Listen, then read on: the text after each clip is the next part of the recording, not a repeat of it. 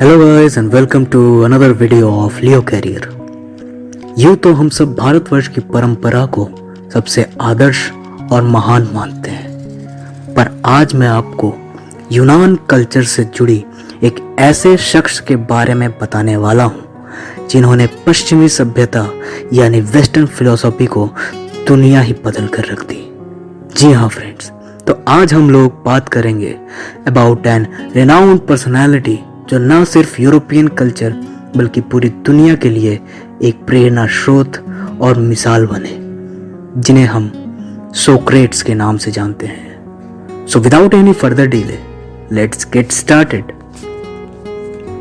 I am the wisest man alive, for I know one thing that I know nothing.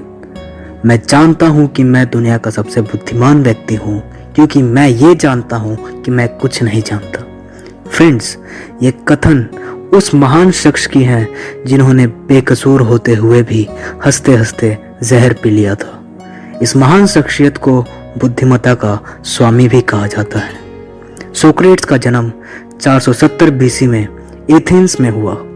उन्हें western philosophy का जनक यानी founder भी माना जाता है। सोक्रेट्स की जिंदगी पूरी तरीके से फॉर सेक ऑफ नॉलेज रही। सोक्रेट्स का कहना था, नॉलेज इज वर्च्यू, यानी ज्ञान ही सबसे बड़ा सद्गुण है। ज्ञानी आदमी अपने ज्ञान के कारण ही अच्छे या बुरे का भेद कर सकता है। सोक्रेट्स मूर्तिकार थे। मूर्ति बेचने के बाद वो अपना पैसा सिर्फ ज्ञान इकट्ठा करने में ही लगाते थे। सोक्रेट्स की एक थ्योरी थी जिसका नाम था डायरेक्टिव थ्योरी। इस थ्योरी के तहत जो व्यक्ति उनसे कुछ भी पूछ रहा होता था वह उनसे उल्टा सवाल करते थे, फिर सवाल करना और तब तक सवाल करना जब तक वो खुद उसका जवाब ना ढूंढ ले। सोक्रेट्स परम ज्ञानी थे, पर उनकी माली हालत ठीक नहीं थी। वो काफी गरीब थे। इससे जुड़ी एक रोचक बात है। एक बार सोक्रेट्स की पत्नी ज़ेंथपी ने सोक्रेट्स से कहा, you have brought more miseries than household affairs, यानी तुमने इस घर की बेहतरी से ज्यादा परेशानियां बढ़ाई हैं। तो इस बात पे सुकरात ने यही कहा कि thank God that you are wife of Socrates who is hungry than of a pigs पेरीफील्ड, यानी सोक्रेट्स का कहना था कि तुम शुक्र मनाओ कि तुम भूखे सोक्रेट की बेबी हो, वरना पेट तो संसार में सुअर का भी भरा होता है। पर उसे कोई नहीं पूछता। इन बातों से आपको पता लगता ही है कि सोक्रेट्स क्यों परम ज्ञानी थे। एक बार वो बाजार की ओर गए। बाजार में उनसे एक व्यक्ति ने आके बोला कि सोक्रेट्स, तुम्हारे दोस्त ने मुझसे ये कहा है तुम्हारे बारे में। तो सोक्रेट्स ने उसकी तरफ मुड़कर देखा और उन्होंने यही कहा। सोक्रेट्स का हमेशा यही कहना था कि one should focus on self development then on material things. उन्होंने हमेशा खुद की बेहतरी को बढ़ावा देने की बात कही, ना कि सांसारिक सुखों की। सोक्रेट्स हमेशा इनकरेज करते थे फ्रेंडशिप्स, लव अमंग देमसेल्व्स। प्यार, सद्भावना, दोस्ती क्या होती है, इसे बढ़ाने की बातें किया करते थे सोक्रेट्स। सोक्रेट्स बहुत ही परम ज्ञानी थे और उनकी इंटेलेक्चुअलिटी इसी बात से दर्शाती है कि सोशलिज्म सोक्रेट्स से ही आया है। सोक्रेट्स का कहना था कि the human choice was motivated by the desire for happiness. इंसान की इच्छा काम करने की हमेशा उसकी खुशी से जुड़ी हुई होती है, यानी कोई भी इंसान तभी काम करता है जब वो उससे खुशी पाता है।